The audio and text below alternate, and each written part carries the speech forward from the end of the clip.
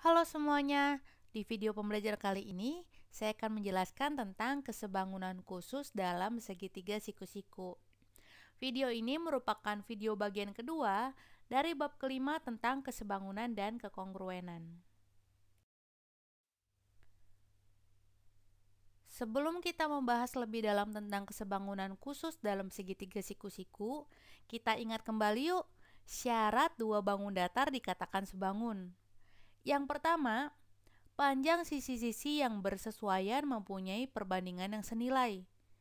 Lalu sudut-sudut yang bersesuaian sama besar. Nah, apa sih hubungannya dua syarat ini dengan kesebangunan khusus dalam segitiga siku-siku? Oleh karena itu, amatilah gambar berikut. Kita bisa lihat di sini ada 3 buah segitiga siku-siku. Mungkin kalian bingung ketika saya menyebutkan ada 3 segitiga siku-siku. Bagi kalian yang kalian lihat hanyalah satu segitiga, tapi sebenarnya gambar ini terdiri dari 3 segitiga siku-siku. Nah, jika ketiga segitiga tersebut sebangun, lalu kita amati, apa ya yang akan terjadi? Mari kita lanjut ke slide berikutnya.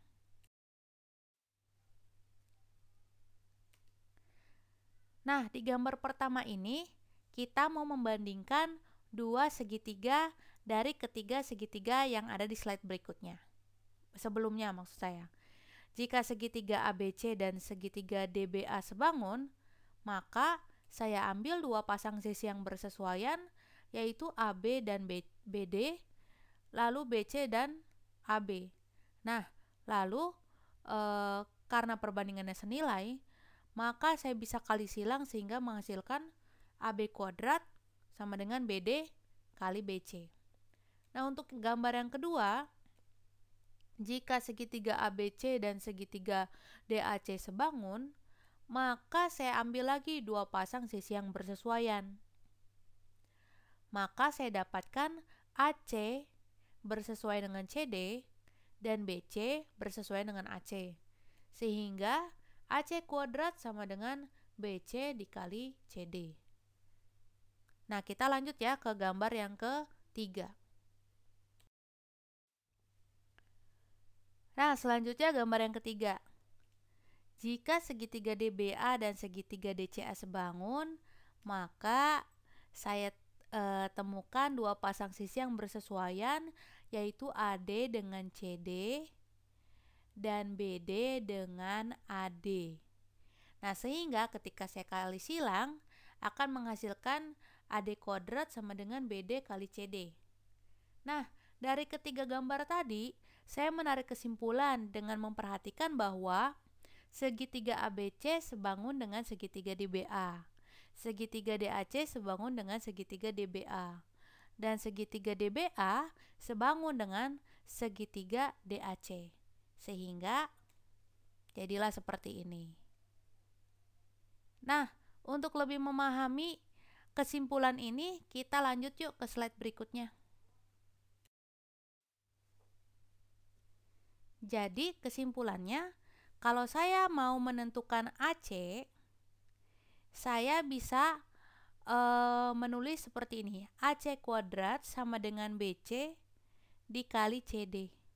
Lalu jika saya mau mencari AD, saya bisa menulis AD kuadrat sama dengan BD kali CD. Dan kalau saya mau mencari sisi AB, saya bisa membuat rumus yaitu AB kuadrat sama dengan BD kali BC. Seperti itu. Itulah keistimewaan dari kesebangunan khusus dalam segitiga siku-siku. Nah, untuk lebih memahami materi tentang ini, kita lanjut yuk ke contoh soal. Contoh soal yang pertama. Perhatikan gambar berikut. Nah, kita bisa lihat ya, ada 3 segitiga siku-siku di sini. Panjang BD 16 dan BC 25 cm. Tentukan panjang AC, AD, dan AB. Nah, untuk bisa menentukan panjang ketiganya, ada baiknya data yang ada di soal kita pindahkan ke dalam gambar seperti ini.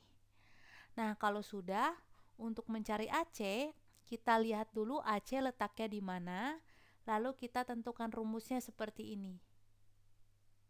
Nah, kalau sudah, CD kita ketahui adalah 9 dan CB adalah 25. Nah, kalau sudah kita buat akarnya seperti ini, akar 9 adalah 3 dan akar 25 adalah 5, sehingga panjang AC adalah 15 cm. Cukup mudah ya untuk materi kesebangunan. Lanjut ke pertanyaan yang kedua tentang panjang AD. Kalau kita lihat letak panjang AD di tengah, sehingga kita bisa buat rumus sendiri, yaitu AD kuadrat sama dengan CD dikali dengan DB. Nah, kalau sudah kita masukkan nilai-nilainya, lalu kita kasih tanda akar. Akar 9 adalah 3 dan akar 16 adalah 4, sehingga panjang AD adalah 12 cm. Nah, untuk mencari panjang AB juga sama. Kita lihat di mana letak AB, lalu kita tentukan rumusnya, yaitu BD dikali BC. Nah, kalau sudah, kita tentukan BD adalah 16 dan BC adalah 25. Hati-hati ya, bukan 9 tapi 25. Nah, kalau sudah kita buat akarnya. Akar 16 adalah 4 dan akar 25 adalah 5, sehingga panjang AB adalah 20 cm. Nah, cukup mudah ya untuk contoh yang pertama. Kita lanjut ke contoh yang kedua. Nah, sekarang kita masuk ke contoh yang kedua. Perhatikan gambar berikut. Panjang AC 15 cm dan AB 20 cm. Tentukan panjang BC dan panjang BD. Nah, untuk menentukan panjang BC, sepertinya kita tidak usah menggunakan konsep kesebangunan, tetapi cukup dengan menggunakan bilangan triple Pythagoras yang sebelumnya pernah kita pelajari di kelas 8. Nah, kalau bilangan triple Pythagoras itu kan ada A kecil, B kecil, dan C kecil. A itu sisi terpendek, B itu sisi yang sedang, dan C itu sisi yang terpanjang. Nah, dengan informasi tadi kita bisa tentukan bahwa A-nya 15, B-nya 20, dan yang ditanya itu adalah yang C kecil. Nah, untuk menentukan panjang BC, kita perhatikan 15 dan 20. Kedua-duanya sama-sama bisa kita bagi dengan 5. Hasilnya adalah 3 dan 4. Nah, biasanya kan ada 7 pasang tuh bilangan triple Pythagoras yang harus kita hafalkan. Nah, salah satunya pasangan 3, 4, dan 5. Nah, kalau kita sudah tahu pasangan yang ini, artinya kita bisa menentukan bahwa panjang BC itu adalah 25 cm dari 5 kali 5. Nah, kalau sudah kita tulis panjang BC-nya seperti ini di gambar. Nah, untuk menentukan panjang BD, kita perhatikan lagi data apa yang bisa digunakan untuk menentukan panjang BD, yaitu dengan menggunakan konsep kesebangunan istimewa pada segitiga siku-siku, yaitu AB kuadrat sama dengan BD kali BC. AB-nya adalah 20 kuadrat, BD yang ditanya, dan BC itu sendiri adalah 25 cm. Nah, kalau sudah, untuk mencari BD, maka 25 harus kita pindahkan ke ruas yang sebelah kiri, menjadi seperti ini. Nah, kalau sudah, 400 dibagi 25 adalah 16 cm. Jadi kesimpulannya panjang BC 25 cm dan panjang BD adalah. Nah, materi sudah selesai. Nah, selanjutnya kita mengerjakan latihan soal. Gunanya kalian mengerjakan latihan soal adalah supaya kalian dapat memahami materi ini dengan lebih baik. Semoga materi ini bisa bermanfaat buat kalian. Sampai jumpa di video pembelajaran selanjutnya. Bye-bye.